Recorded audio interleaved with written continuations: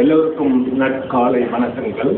இன்று நம் மருத்துவத்துறையில் ஒரு முக்கியமான நாள் ஆகும். காவேரி குழுமம் ஆகிய நாங்கள் பெருமையுடன் அறிமுகம் செய்ய உள்ள இந்த துறையானது இதய நோய் சிகிச்சைக்கு அர்ப்பணிக்கப்பட்ட நவீன குவாட்டர்னரி கேர் மையமாகும்.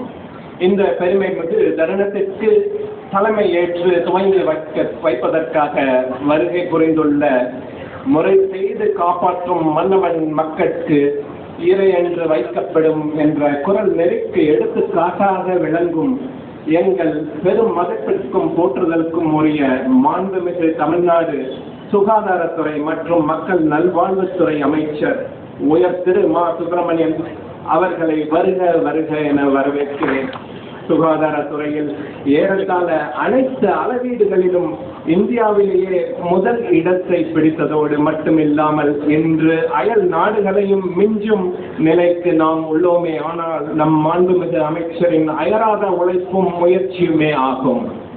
தங்களை காவேரி குழுமம் சார்பில் மற்றும் ஒரு முறை வரவேற்பதில் பெருமை கொள்கிறேன் ஐயா.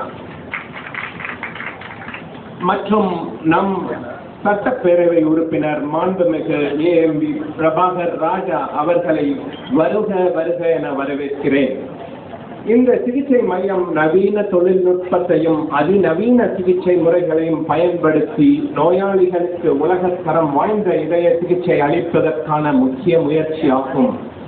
இன்றைய நிகழ்வின் மற்றும் ஒரு பெருமை மிகு தருணமாக நாங்கள் அனைவரும் வரவேற்க விரும்பும் காலமும் கற்றான் கல்வி செயல் என்ற குரல் நெருக்கி ஏற்ப வாழும் எங்கள் இதய நோய் மருத்துவத்தின் துருவ நட்சத்திரம் நம் இந்தியாவின் புகழ்பெற்ற இதய நோய் நிபுணர் உயர் திரு பேராசிரியர் தனிகாச்சலம் அவர்களை வரவேற்பதில் காவேரி குழுமம் பெரும் மகிழ்ச்சியும் பெருமையும் அடைகிறது. அவர்களின் மருத்துவ சேவைகள், ஆய்வுகள் மற்றும் இதய நலனுக்காக அவர்கள் செய்த அர்ப்பணிப்பு அனைத்தும் உலகளாவிய ரீதியில் புகழ் பெற்றவை. மீண்டும் ஒரு முறை ஐயாவை வரவேற்கிறோம். நடந்தாய் வாழி காவேரி நாடெங்குமே செழிக்க நன்மை எல்லாம் பிறக்க. இந்த பாடல் காவேரி நதிக்கு மட்டுமல்ல, 1999 திருச்சிராப்பள்ளியில் ஆரம்பிக்கப்பட்டு இன்று 12க்கும் மேற்பட்ட கிளைகளோடு மிளிரும் எதிர்காலத்தில் இன்னும் பல கிளைகளோடு சேவைகளோடும் மிளிரப் போகும் எங்கள் காவேரி குழுமத்தின் இயக்குனர், என் சொல்லுக்கும் சிரிப்புக்கும் சொந்தக்காரர் உயர்திரு டாக்டர் அரவிந்தன் செல்வராஜ் முன்னோக்கான எண்ணங்களும் மக்களுக்கான மருத்துவ பாதுகாப்பு, நவீன சிகிச்சை முறைமைகள் மற்றும் மேம்படுத்தப்பட்ட சுகாதார சேவைகளை கொண்டு வருவதில் அவர்களின் தலைமையின் கீழ் காவேரி மருத்துவமனை குழு மக்களின் முழு நம்பிக்கையை பெற்றிருக்கின்றது.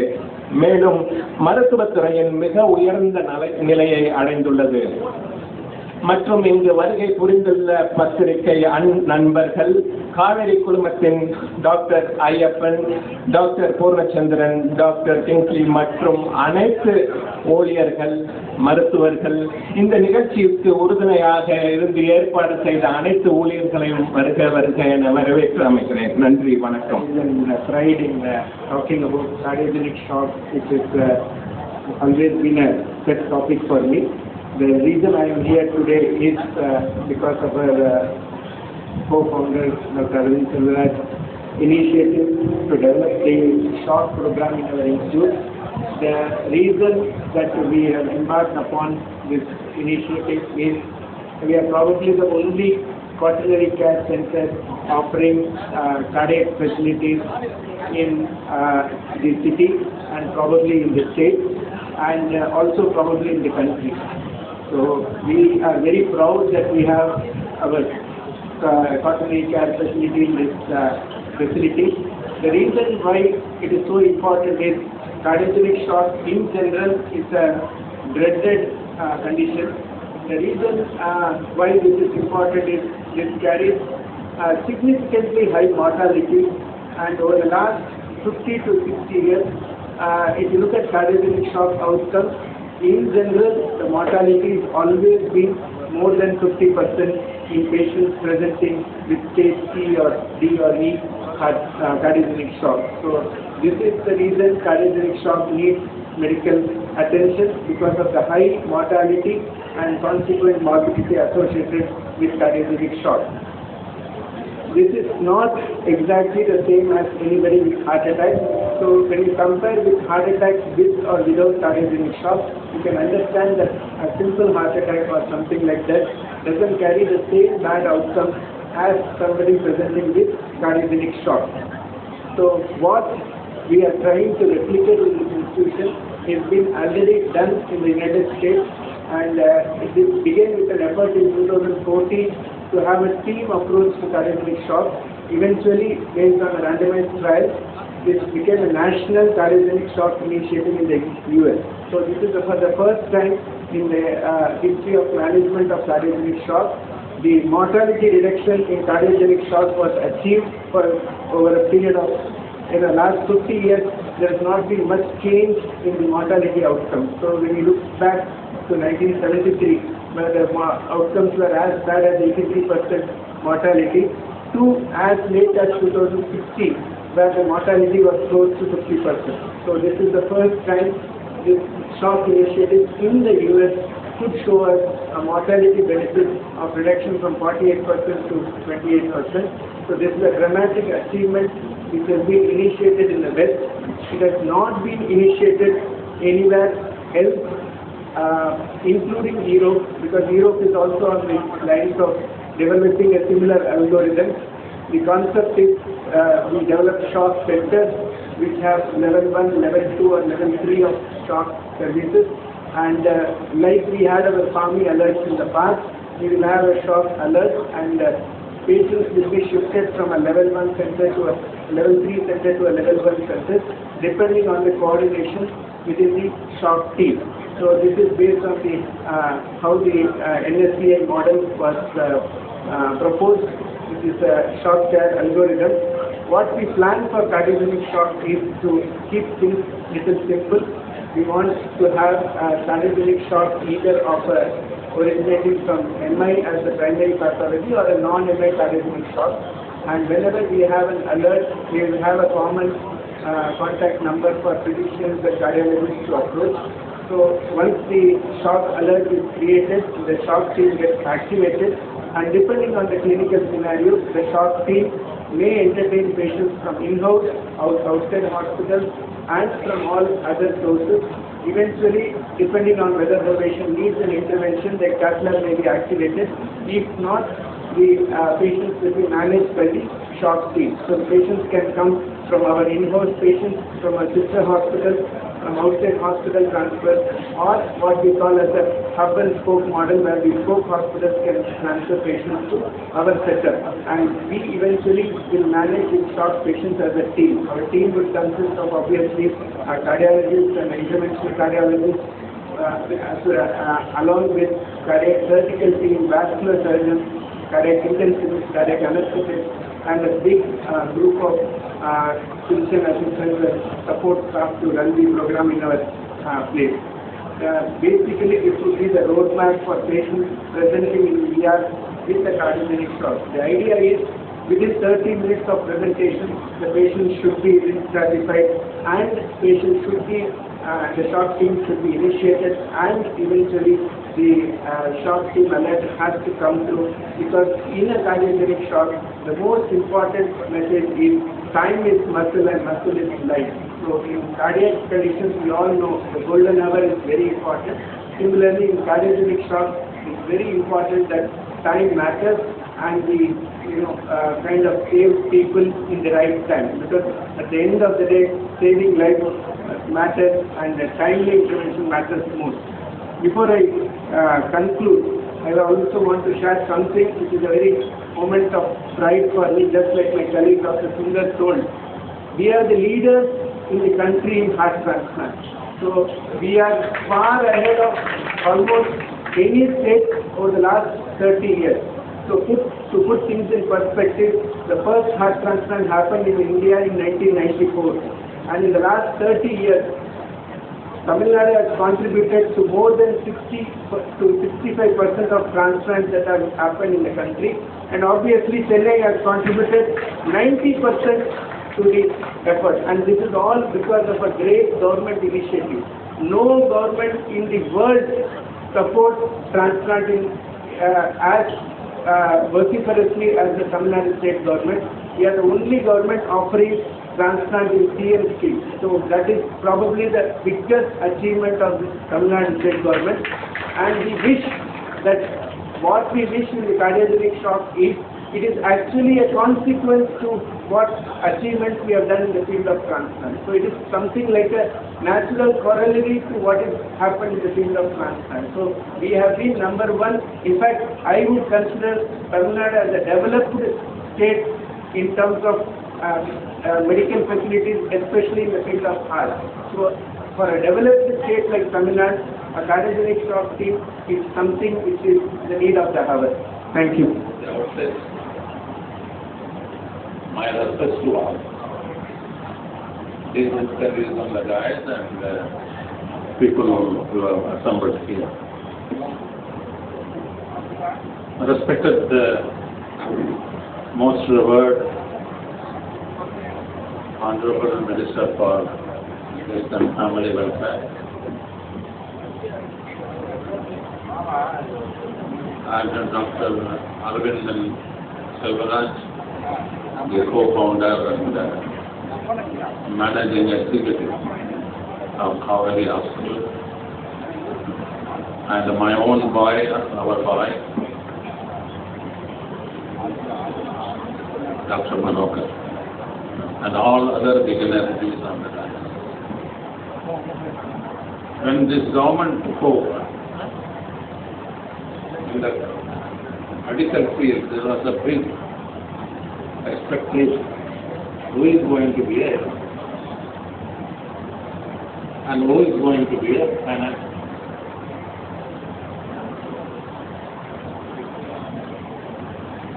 But major section felt. The presidency who is sitting here, he will be selected as a minister, because as a corporation commissioner, He performed like a CEO of the Madras Chennai Corporation. Give him a big hand. The entire outlets of the operation-related healthcare centers were seriously improved, functioning well tomorrow because of his tenure as a mayor of the corporation of Chennai. The other important aspect, before he could enjoy the position as a health minister for this wonderful state Tamil Nadu, he could never rest. The same second, he and Chief Minister started the work for COVID-19 epidemic. It is really surprising. Kerala and Tamil Nadu across the country are the two states did such wonderful work, including the facility for admission, including getting an oxygen from all over the country, from abroad. Give a big hand for him for that. Nobody went to a shock, and the death rate is considerably reduced in that case. But I always wonder, is there an example as a health minister? Because the disease wonder for his work, give him a big hand.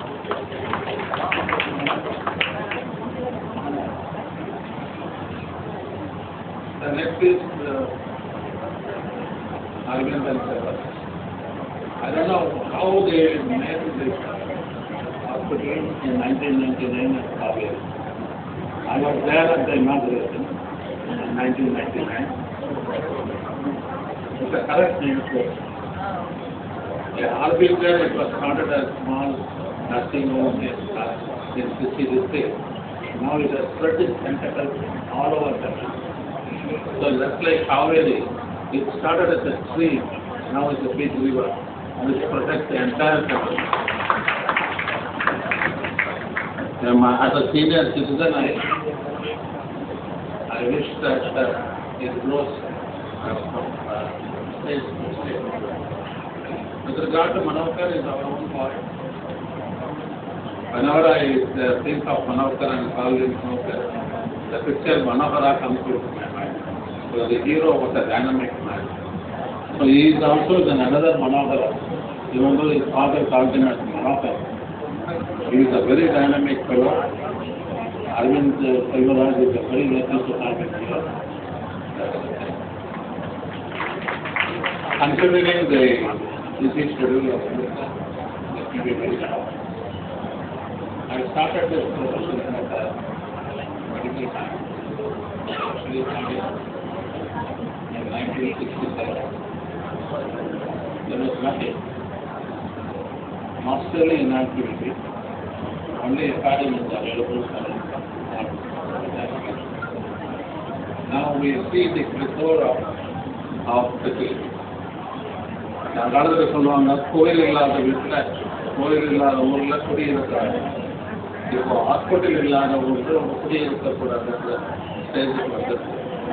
அதுக்கு main காரணமே ஜனங்க prevention லெவலில் ஒன்று concentrate பண்ணுறது. Manohar said it's a cardiogenic shock team. But I deviate slightly. I'll deviate slightly and say the management of shock is a multi-problem. Number of people are required, the cost in service, and premiums. The commonest shock that we come across is a septic. But it is amenable to the enormous effort of resuscitation. The same treatment of cardiogenic shock is going on in the whole of Tamil Nadu, in all tertiary care centers. In all tertiary care centers, they have the impeller, they have the ECMO facility, they have the trained nursing staff, and they have an expertise medical personnel who devoted very sincerely with sympathy and empathy to put out there. So I would say that the treatment of shock is going on all over the country, where the tertiary care sector. The only added quaternary, what they use the quaternary, is the mechanical device. It is nothing but when you have an heart attack and is not able to pump out blood, you insert something, it suck out the blood from the heart and put it into the stomach, aorta. So tissue perfusion is taken. So that is the only thing for cardiac shock. All over the world, still, I would say that there is not a substantial reduction of the cardiac shock rate. But a country like ours, I think the earliest moment that heart attack or something happened to reach the hospital, you can prevent that incidence of cardiac shock. At this moment, I would request our Honorable Minister, whenever there is a pre-shock level of the patient is transferred from one place to a tertiary care center, there should be a mechanism to hold the traffic for the vehicle to pass. So you can have a strict type of protocol, like what is the blood pressure, what is the heart rate, and what's the support given so far, whether there is any improvement in that support or not. They can put it in that app. So this is a situation that patient can go to a tertiary center where they can have further line of treatment. So every moment of delay of transferring the patient from the pre-shock level is very important. If you go to the pre-shock, then the stage of clinical manifestation and the stage of deterioration is a very, very difficult for the people to get revived from that. So my only request is the modus operandi of how to transfer the patient to a tertiary care is more important. That I wish our Manokar all the best for the entire team to have a great success. Thank you very much for your attention. Vadapalani Kaveri மருத்துவமனையில் இதய அதிர்ச்சி சிகிச்சை குழு என்கின்ற வகையில் ஒரு புதிய அறிமுக நிகழ்ச்சியில் பங்கேற்று எனக்கு முன்னால் ஒரே நிகழ்ச்சி சிறப்பித்திருக்கிற பெருமதிப்பிற்கும் பாராட்டுதலுக்கும் உரிய பேராசிரியர் மரியாதைக்குரிய திரு எஸ் தலிகாச்சலம் அவர்களே, நிகழ்ச்சியில் பங்கேற்று சிறப்பித்துக் கொண்டிருக்கின்ற காவேரி குழுமத்தின் இணை இயக்குனர் பெருமதிப்பிற்குரிய மருத்துவர் அரவிந்தன் செல்வராஜ் அவர்களே, நிகழ்வில் பங்கேற்று பெருமைப்படுத்திக் கொண்டிருக்கின்ற விருகம்பாக்கம் தொகுதியின் சட்டப்பேரவை உறுப்பினர் பெருமதிப்பிற்குரிய இனிய நண்பர் பிரபாகர் ராஜா அவர்களே, இந்த நிகழ்ச்சியில் மிக முக்கிய பங்காற்றி மேடையில் சிறப்பு செய்து வைத்திருக்கிற பெருமதிப்பிற்குரிய மருத்துவர்கள் மனோகர் அவர்களே, சுந்தர்ஸ்ரீ அவர்களே, பூர்ணச்சந்திரன் அவர்களே, பங்கேற்று சிறப்பித்துக் கொண்டிருக்கிற பெருநகர சென்னை மாநகராட்சியின் மன்ற உறுப்பினர்கள் மரியாதைக்குரிய கண்ணன் அவர்களே, ராஜா அவர்களே, துரைராஜ் அவர்களே, வருகை தந்து சிறப்பித்துக் கொண்டிருக்கின்ற மருத்துவர்களே, பத்திரிகை மற்றும் ஊடகவியலாளர்களே, உங்கள் அத்தனை பேருக்கும் முதலில் என்னுடைய நன்றியையும் வணக்கத்தையும் தெரிவித்துக் கொள்கின்றேன். காவேரி மருத்துவ குழுமத்தின் சார்பில் நடைபெற்றுக் கொண்டிருக்கிற கார்டியாக் ஷாக் டீம் என்கின்ற இந்த புதிய குழுவை இந்தியாவிலேயே முதலில் அறிமுகப்படுத்தி வைக்கிற இந்த அற்புதமான வாய்ப்பு எனக்கு கிடைத்திருப்பதற்கு உண்மையிலேயே நான் மகிழ்ச்சி அடைகிறேன். இந்த துறையில் தினந்தோறும் பல்வேறு வகைகளிலான புதிய கட்டமைப்புகளையும் புதிய முயற்சிகளையும் மாண்புமிகு தமிழ்நாட்டின் முதலமைச்சர்களுடைய வழிகாட்டுதலோடு தொடர்ந்து தொடங்கி வைத்துக் கொண்டும் செயல்படுத்திக் கொண்டும் வருகிற இந்த துறையின் சார்பில் ஒரு புதிய முயற்சியாக இன்றைக்கு கார்டியாக் ஷாக் டீம் என்கின்ற இந்த அதிநவீன தொழில்நுட்பத்துடன் கூடிய இந்த குழுவை இங்கே அறிமுகம் செய்வதில் நான் உண்மையிலேயே பெருமகிழ்வு அடைகிறேன். இது எனக்கு கிடைத்திருக்கிற என் வாழ்நாளில் எனக்கு கிடைத்திருக்கிற நல்ல வாய்ப்புகளில் ஒன்றாகவும் கருதுகிறேன். காவேரி மருத்துவமனையை பொறுத்தவரை ஒரு 20 ஆண்டுகளுக்கு முன்னால் நான் அந்த மருத்துவமனையில் முதல் மருத்துவமனையில் சிகிச்சை பெற்றவன். 99ஆம் ஆண்டு இது தொடங்கப்பட்டது திருச்சியில் என்றாலும் 2004ஆம் ஆண்டு எனக்கு ஏற்பட்ட விபத்தில் நான் அந்த மருத்துவமனையில் தான் சிகிச்சைக்காக சேர்க்கப்பட்டேன். பெரம்பலூர் அருகே நாரணமங்கலம் என்கின்ற ஒரு பகுதியில் ஏற்பட்ட பெரிய விபத்தில் நான் பயணித்த காரும் எதிரில் வந்த கண்டெய்னர் லாரியும் ஒன்றுக்கொன்று நேருக்கு நேராக மோதி என்னுடைய தலை பலத்த காயமடைந்து வலது கால் 5-6 துண்டுகளாக சிதறுண்டு மிக மோசமான நிலையில் அன்றைய மாலை பத்திரிகைகளில் எல்லாம் மா சுப்பிரமணியன் கவலைக்கிடம் என்கின்ற செய்தியை தலைப்புச் செய்திகளாக தாங்கி வந்த சூழலில் இந்த மருத்துவமனையில் தான் நான் பொட்டலம் கட்டியதை போல் அங்கே அனுமதிக்கப்பட்டேன். 2004 அக்டோபர் 17 ஒரு 10-15 நாட்கள் அந்த மருத்துவமனையிலேயே சிகிச்சை பெற்று பிறகு அங்கிருந்து ஸ்ட்ரெச்சரிலேயே ராக்போர்ட் ட்ரெயின் மூலம் சென்னைக்கு அனுப்பி வைக்கப்பட்டேன்.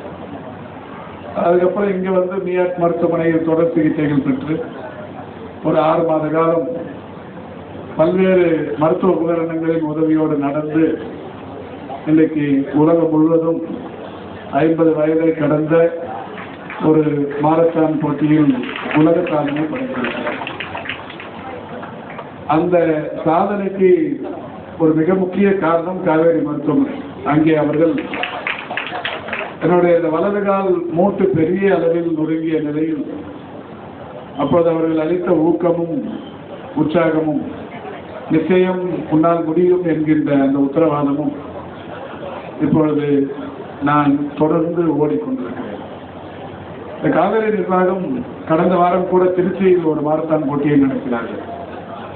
மா காவேரி மாரத்தான் என்கின்ற வகையில் ஒரு மாரத்தான் போட்டியை நடத்தினார்கள். இந்த மருத்துவமனை நடத்துகிற மாரத்தான் போட்டிகளில் நான் ஏற்கனவே இது 7வது ஆண்டு என்று நினைக்கிறேன். ஏற்கனவே 2 ஆண்டுகள் நான் ஓடி இருக்கிறேன். இந்த ஆண்டும் கூட புதுக்கோட்டை திருச்சியில் பல்வேறு மருத்துவ கட்டமைப்புகளை தொடங்கி வைத்துவிட்டு அதிகாலை 4 மணிக்கு சென்று 4:15 மணிக்கு 21 கிலோமீட்டர் தூரத்தை தொடங்கி வைத்துவிட்டு 4:30 மணிக்கு நானும் ஓட தொடங்கி இந்த 21 கிலோமீட்டர் தூரத்தை ஓடி முடித்துவிட்டு வந்தேன். அது காவேரி நடத்திய அந்த மாரத்தானில் நான் என்னுடைய 158வது மாரத்தானை நிறைவு செய்தேன். இது எல்லாமே காவேரி மருத்துவமனையின் சிகிச்சைக்கு பிறகுதான். 2004க்கு முன்னால் நான் ஓடியது கிடையாது. 2004 ஓடி முடித்தவுடன் அன்றைக்கு மருத்துவர்கள் சொன்னது, நீ இனிமேல் வாழ்நாள் முழுவதும் தரையில் சம்மணம் விட்டு உட்கார முடியாது, வேகமாக நடக்க முடியாது என்றார்கள். அதையே ஒரு சவாலாக ஏற்று தொடர்ந்து அதற்கான முயற்சிகளை மேற்கொண்டு இன்றைக்கு தரையில் உட்காருவதை என்பதையும் காட்டிலும் பத்மாசனமே போட்டு தினந்தோறும் பத்மாசனமே போட்டுக் கொண்டிருக்கிறேன். அதேபோல் ஓடுவது என்பது ஒரு 28-29 ஆண்டுகளாக நீரிழிவு நோய் தாக்கத்தால் பாதிக்கப்பட்டவனும் கூட. ஒரு சர்க்கரை நோயாளி, ஒரு 30 ஆண்டு கால சர்க்கரை நோயாளி தொடர்ந்து 21 கிலோமீட்டர் ஓடுவது என்பது மருத்துவர்களால் அங்கீகரிக்கப்படுகிற ஒன்றல்ல, வேண்டாம் என்றுதான் சொல்வார்கள். ஆனால் அதையும் மீறி எனக்கு இருக்கிற தன்னம்பிக்கையின் காரணமாக என்னால் முடியும் என்கின்ற அந்த ஒரு விஷயத்தை மனதில் வைத்து தொடர்ந்து ஓடிக்கொண்டிருக்கிறேன். இப்போது 158 வரை ஓடி இருக்கிறேன். எனக்கு வயது 66. எல்லா நண்பர்களும் கூட எப்போதுமே இன்னமும் பண்ணணுமா அப்படின்னு கேட்பாங்க. இப்போ நான் சொல்றது இல்லை, என் காலில் ரத்த ஓட்டம் இருக்கும் வரை ஓடிக்கொண்டே இருப்பேன் என்று சொல்லியிருக்கிறேன். இன்று காலை கூட 12.5 கிலோமீட்டர் ஓடினேன். காலையில் 4:50க்கு ஆரம்பித்து வீட்டில் தொடங்கி நம்ம போட் கிளப்பில் ஒரு ரவுண்டு வந்துட்டு அங்கிருந்து நேராக போய் அண்ணா யூனிவர்சிட்டியில் ஒரு 4 ரவுண்டு ஓடி மொத்தம் 12 கிலோமீட்டர் நீ காலையில் ஓடி முடிச்சுட்டு வந்தேன். தினந்தோறும் ஒரு 10லிருந்து ஒரு 15 கிலோமீட்டர் ஓடினா மட்டும்தான் 4:30 மணிக்கு மேலே 7 மணிக்குள்ளே அந்த வேலையை முடித்தா மட்டும்தான் அன்றைக்கி ஒரு நாள் முழுக்க வேலை செய்கிறதுக்கு எனக்கு பேட்டரி சார்ஜ் பண்ணாமல் இருக்கும். அந்த வகையில் தினந்தோறும் அதை செய்து கொண்டிருக்கிறேன். அதற்கு மிக முக்கிய காரணம் காவேரி மருத்துவமனை அன்றைக்கு என்னை உயிர்ப்பித்தது, என்னுடைய காலுக்கு வலு தந்தது. இந்த 2 விஷயமும் அன்னைக்கு ஒரு சேர நன்றாக நடந்த காரணத்தினால்தான் நான் இன்றைக்கு இந்த சாதனையில் மற்றவர்களும் நடக்க வேண்டும், ஓட வேண்டும் என்பதற்காகத்தான் இதை எல்லா இடங்களிலும் சொல்லி வருகிறேன். ஓடி முடித்தவுடன் நானும் என்னுடைய சமூக வலைதள பதிவுகளில் அதை பதிவிட்டு ஓடிக்கொண்டிருக்கிற காரணத்தினால் போகிற இடங்களிலெல்லாம் என்னை அமைச்சர் என்று சொல்வதை காட்டிலும், முன்னாள் மேயர் என்று சொல்வதை காட்டிலும், இதோ பாரு எங்க போறாரோ ஓடுறாரு, அவர் போறாரு அப்படின்ற மாதிரி சொல்றத நீங்க நிறைய இடங்கள்ல பார்க்க முடியும். அந்த வகையில் அவர்களும் நடப்பதற்கு ஒரு ஊக்கத்தையும் விழிப்புணர்வையும் ஏற்படுத்துகிற முயற்சியாகவும் அது இருந்து கொண்டிருக்கிறது. எனவே அந்த வகையில் நம்முடைய காவேரி மருத்துவமனை நான் தொடங்கி வைத்துவிட்டு போன வாரம் பேசும்போது கூட சொன்னேன். மருத்துவமனை என்றால் இந்த மருத்துவமனைக்கு அதிகமான நோயாளிகள் வர வேண்டும், நோயாளிகள் அதிகம் பேர் வந்து குணமடைந்து இல்லம் திரும்ப வேண்டும் என்கின்ற மகிழ்ச்சியோடு தான் மருத்துவமனையை ஒரு சேவை நோக்கத்தோடு செய்வார்கள். ஆனால் காவேரி மருத்துவமனை இந்த நோயே வரக்கூடாது என்பதற்காக முன்னெச்சரிக்கை நடவடிக்கையாக தொடர்ந்து மாரத்தானையும் நடத்தி கொண்டிருக்கிறார். எப்படி இப்போது 12 இடங்களில் 2700 படுக்கைகள் கொண்ட ஒரு மருத்துவ கட்டமைப்பை தமிழ்நாட்டில் வைத்திருக்கிறார்கள். அதுபோல் இப்போது அவர்கள் மருத்துவமனை எந்த மாவட்டத்திலெல்லாம் இருக்கிறதோ அங்கே எல்லாம் மாரத்தான் நடத்துவதையும் வாடிக்கையாக கொண்டிருக்கிறார்கள். அப்படியானால் இந்த நோய் எதிர்ப்பு சக்தியை அதிகரித்து நோய் பாதிப்பே இல்லாமல் மக்களை ஆக்குகிற முயற்சியில் இந்த மருத்துவமனை முதல் முறையாக முயற்சி செய்திருக்கிறது என்பது ஒரு மகிழ்ச்சிக்குரிய ஒன்று. இந்த காலை நான் டாக்டர் எம்ஜிஆர் மருத்துவ பல்கலைக்கழகத்தில் நடைபெற்ற ஒரு விழாவில் கலந்து கொண்டேன். ஒரு 1000க்கும் மேற்பட்ட மருத்துவக் கல்வி மாணவர்களுக்கும் மருத்துவர்களுக்கும் மருத்துவ கட்டமைப்புகளுக்கும் விருதுகளை தந்துவிட்டு இந்த நிகழ்ச்சிக்கு வந்தேன். அப்போது அங்கே பேசும்போது கூட சொன்னேன், தமிழ்நாட்டை பொறுத்தவரை இதற்கு முன்னால் எல்லாம் ஒரு 30-40 ஆண்டுகளுக்கு முன்னால் அல்லது ஒரு 10-15 ஆண்டுகளுக்கு முன்னால் கூட நாம் ஏதாவது ஒரு நோய் பாதிப்பு என்றால் அதிகபட்சமாக வெளிநாடுகளுக்கு செல்ல வேண்டும் என்கின்ற மக்களிடத்தே ஒரு எண்ணம் இருக்கிறது. ஆனால் இப்போது தமிழ்நாட்டை பொறுத்தவரை வளர்ந்திருக்கிற மருத்துவ கட்டமைப்புகளினால் வெளிநாடுகளில் ஏறக்குறைய ஒரு 30க்கும் மேற்பட்ட நாடுகள் தமிழ்நாட்டிற்கு வந்து சிகிச்சை பெறுகிறார்கள். குறிப்பாக இங்கே வந்து உட்கார்ந்து கொண்டிருக்கிற பெருமதத்திற்குரிய மருத்துவர் தனிகாத்தலம், doctor Rangabashyam, doctor Ramamurthy, doctor Thambiah, doctor Vela, அந்த மாதிரியான தமிழ்நாட்டில் ஒரு மிகச்சிறந்த மருத்துவ ஆளுமைகள். இது வந்து உலகத்துக்கே தமிழ்நாடு ஒரு மிகப்பெரிய அளவிலான பெருமை. இந்த மருத்துவர்களால் மதிப்பிற்குரிய தனிகாத்தலம் போன்றவர்கள் ஒவ்வொருவர்களும் ஒரு துறையில், டாக்டர் ரங்கபாஷ்யம் இந்த வயிற்றில் ஆபரேஷன் செய்வதில் அவருக்கு நிகர் அவர்தான் டாக்டர் ரங்கபாஷ்யம். ராமமூர்த்தி நரம்பியல் நிபுணர், தம்பையா டாக்டர் தம்பையா, இவர்களை போன்றவர்கள் ஏராளமானவர்கள். இப்போது புதிதாக மதிப்பிற்குரிய சுந்தர் சி மனோகர் போன்ற வளர்ந்து வரும் மருத்துவர்கள் மிகப்பெரிய அளவிலான அட்வான்ஸ் ட்ரீட்மெண்ட் என்கின்ற வகையில் உலகில் அதிநவீன மருத்துவத்தை கையாள தொடங்கி தமிழகத்துக்கு பெருமை சேர்த்துக் கொண்டிருக்கிறார்கள். என்றாலும் இதெல்லாம் இல்லாத நேரங்களிலேயே ஒரு மனித சக்தியை மட்டுமே கையில் வைத்துக் கொண்டு இத்தகைய மருத்துவர்கள் தமிழ்நாட்டுக்கு மிகப்பெரிய அளவிலான பெருமை சேர்த்திருக்கிறார்கள். அதனால் தொடர்ந்து தமிழ்நாடு மருத்துவ கட்டமைப்பை பொறுத்தவரை காலங்காலமாக தமிழ்நாட்டுக்கு என்ற ஒரு மிகப்பெரிய அளவிலான பெருமை இருக்கிறது. அது இன்றைக்கு மிகப்பெரிய அளவில் உயர்ந்து உலகின் ஒரு 30க்கும் மேற்பட்ட நாடுகளைச் சேர்ந்தவர்கள் தமிழகத்திற்கு மருத்துவத்திற்கு வருகிறார்கள். அரசு மருத்துவமனைகளுக்கும் தனியார் மருத்துவமனைகளுக்கும் ஏராளமான நாடுகளில் இருந்து வருவதை நம்மால் பார்க்க முடிகிறது. குறிப்பாக நரம்பியலுக்கு வருகிறார்கள், மூட்டு மாற்று அறுவை சிகிச்சைக்கு வருகிறார்கள், டிரான்ஸ்பிளான்ட் சிகிச்சைக்கு வருகிறார்கள், இருதயவியலுக்கு வருகிறார்கள். நிச்சயம் இன்றைக்கு இங்கே புதிதாக தொடங்கி வைக்கப்பட்டிருக்கிற கார்டியாக் ஷாக் டீம், இதற்கும் உலகின் பல்வேறு நாடுகளைச் சேர்ந்தவர்கள் இந்த வடபழனி காவேரி மருத்துவமனைக்கு வரும் சூழல் என்பது இன்றைக்கு உருவாக்கப்பட்டிருக்கிறது என்பதை மகிழ்ச்சியோடு தெரிவித்துக் கொள்ள கடமைப்பட்டிருக்கிறது. நம்முடைய மாண்புமிகு தமிழ்நாட்டின் முதலமைச்சர் அவர்கள் இன்றைக்கு மிகப்பெரிய அளவில் மருத்துவத்துறையில் குறிப்பாக இதய நோய் பாதிப்புகளுக்கு பெரிய அளவிலான தீர்வு காண வேண்டும் என்கின்ற வகையில் தொடர்ந்து பல நடவடிக்கைகளை துறைக்கு அறிவுறுத்தி செய்ய வைத்துக் கொண்டிருக்கிறார்கள். குறிப்பாக இன்றைக்கு இதய பாதிப்புகள் என்பது உலகில் ஒரு பெரிய அளவில் அச்சத்தை தந்து கொண்டிருக்கிற ஒரு விஷயம். இதய பாதிப்புகள், புற்றுநோய் பாதிப்புகள் என்பது அதிகரித்து வருகிறது. இதில் உண்மையிலேயே இந்த கொரோனா பேரிடருக்கு பிறகு இதய பாதிப்புகளினால் மரணம் அடைபவர்களுடைய எண்ணிக்கையும் அதிகரித்திருக்கிறது. வயதும் கூட, இள வயதினரும் இதய பாதிப்புகளினால் பாதிப்புக்குள்ளாவர்களுடைய எண்ணிக்கை கூடுதலாகிக் கொண்டிருக்கிறது. எனவே அந்த வகையில் புதிதான மாற்றங்களை மருத்துவத்தில் கொண்டு வந்தால் மட்டுமே, பல்வேறு வகையான புதிய ஆராய்ச்சிகளின் மூலம் இதை தடுத்தால் மட்டுமே எதிர்காலத்தில் பெரிய அளவில் மக்களுக்கு பயன் தரும் என்கின்ற வகையில் தான் இன்றைக்கு இது போன்ற முயற்சிகள் மேற்கொள்ளப்பட்டு வருகிறது. அண்மையில் கடந்த ஆண்டு தமிழ்நாட்டின் வரலாற்றில் மட்டுமல்ல, இந்தியாவின் வரலாற்றில் முதன்முறையாக டாக்டர் எம்ஜிஆர் மருத்துவ பல்கலைக்கழகத்தின் சார்பில் உலகின் ஒரு 9 நாடுகளிலிருந்து 29 மருத்துவ வல்லுநர்கள் பல்வேறு துறைகளில் உலகில் புகழ்கொடி நாட்டிக் கொண்டிருக்கிற 29 மருத்துவர்கள் கொண்டு அவர்கள் உரை நிகழ்த்துகிற வகையிலும் 11,000 பிரதிநிதிகள் பங்கேற்கிற வகையிலுமான ஒரு மாநாடு நடத்தினோம். அந்த மாநாட்டுக்கு எதிர்கால மருத்துவம் என்கின்ற தலைப்பிட்டு அந்த மாநாடு நடத்தப்பட்டது. ஃபியூச்சர் மெடிசன் என்கின்ற தலைப்பில் நடத்தப்பட்ட அந்த மாநாடு 3 நாட்கள் நடத்தப்பட்டது. அந்த 3 நாட்களில் ஏறத்தாழ 1000க்கும் மேற்பட்ட மருத்துவ கட்டுரைகள் சமர்ப்பிக்கப்பட்டது, ஆராய்ச்சி கட்டுரைகள் சமர்ப்பிக்கப்பட்டிருக்கிறது. அந்த கட்டுரைகளின் சாராம்சம் எல்லாம் இன்றைக்கு பல்வேறு வகைகளில் ஆராயப்பட்டு வருகிறது. இதை சொல்வதற்கு காரணம், அரசும் தனியார் நிர்வாகங்களும் ஒருங்கிணைந்து இந்த மருத்துவத்தை ஒன்றிணைந்து செய்யும் போதுதான் நிச்சயம் பல்வேறு வகைகளிலான சாதனைகளை செய்திட முடியும்.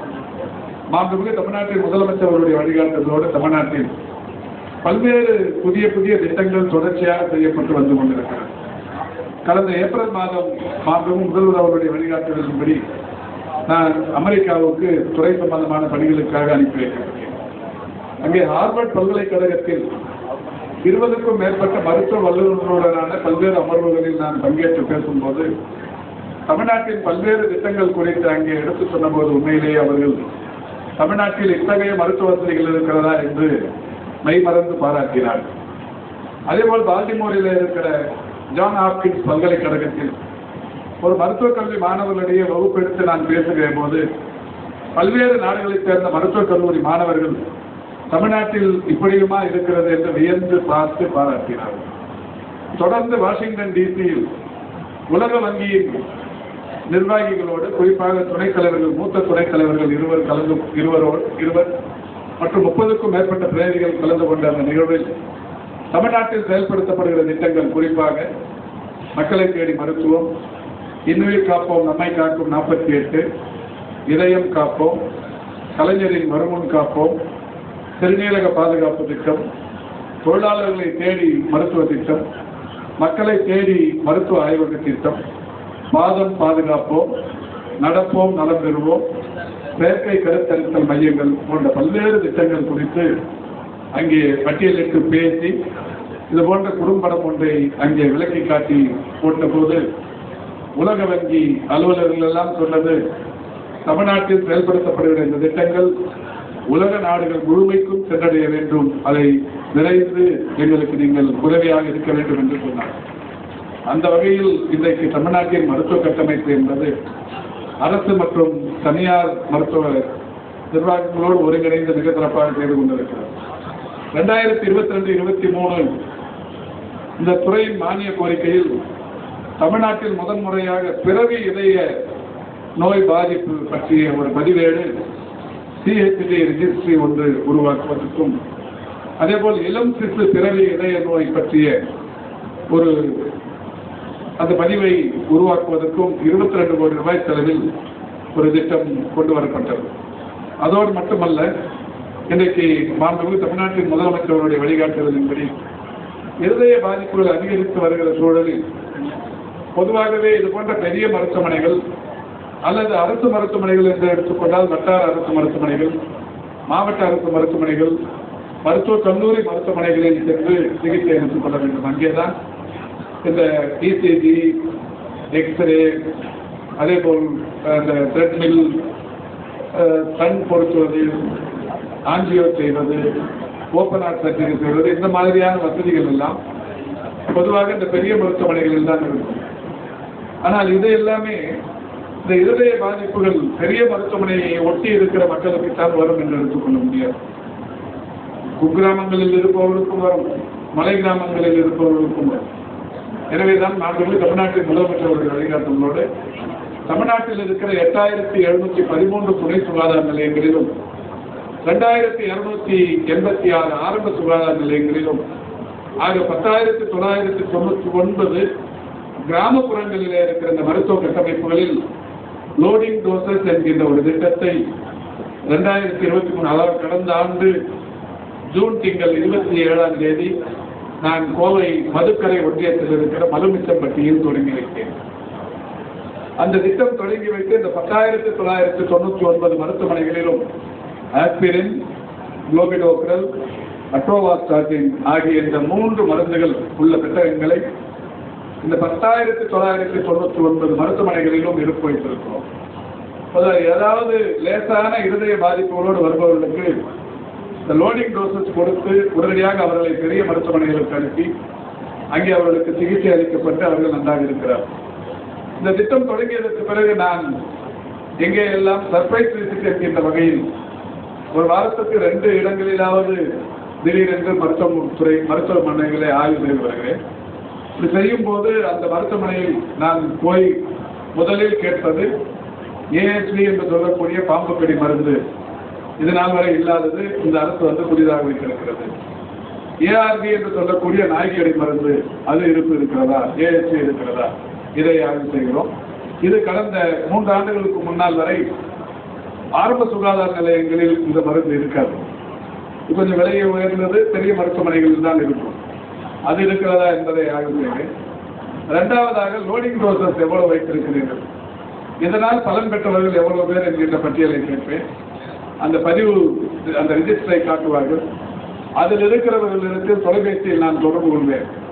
இந்த மாதிரி லோடிங் டோஸ் இத்தனாம் தேதி இத்தனை மணிக்கு இந்த மருத்துவமனையிலிருந்து வாங்கியிருக்கீங்க, இப்போ என்னமா இருக்கீங்கன்னு கேட்கும்போது அவங்க சொல்லுவாங்க, லோடிங் டோசஸ் கொடுத்து என்னை 108 இந்த மருத்துவமனைக்கு அனுப்பி வைத்தாங்க.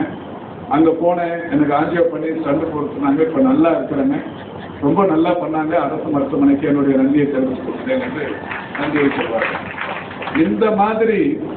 இந்த மருந்து லோடிங் டோசஸ் பெற்று பயனடைந்திருப்பவர்கள் மட்டும் இந்த ஓராண்டில் ஆரம்ப சுகாதார நிலையங்களில் பயன்பெற்றிருப்பவர்கள் மட்டும் 10,474 பேர், துணை சுகாதார நிலையங்களில் பயன்பெற்றிருப்பவர்கள் 613 பேர். இதுவரை ஒட்டுமொத்தமாக இந்த லோடிங் டோசஸ் மூலம் பயன்பெற்றிருப்பவர்கள் 11,087 பேர்.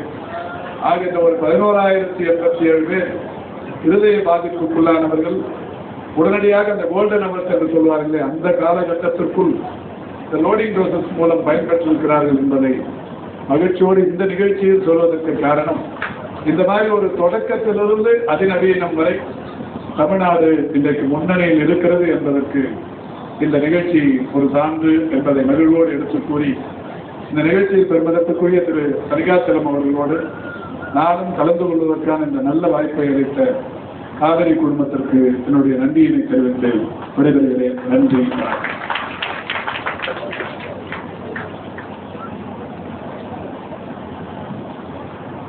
So thank you sir, thank you very much. And உங்ககிட்ட இருந்து எல்லாருமே கற்றுக்கக்கூடிய ஒரு மிகப்பெரிய விஷயம் என்ன அப்படின்னு பார்த்தீங்கன்னா தன்னம்பிக்கை. ஸோ என்னதான் நம்மளுக்கு நிறைய விஷயங்கள் தாண்டி தன்னம்பிக்கை, I think it is very very important to all the யங்ஸ்டர்ஸ்க்கு நீங்கள் ஒரு இன்ஸ்பிரேஷனாக இருப்பீங்க. Thank you so much for the wonderful speech. ரொம்ப ரொம்ப நன்றி.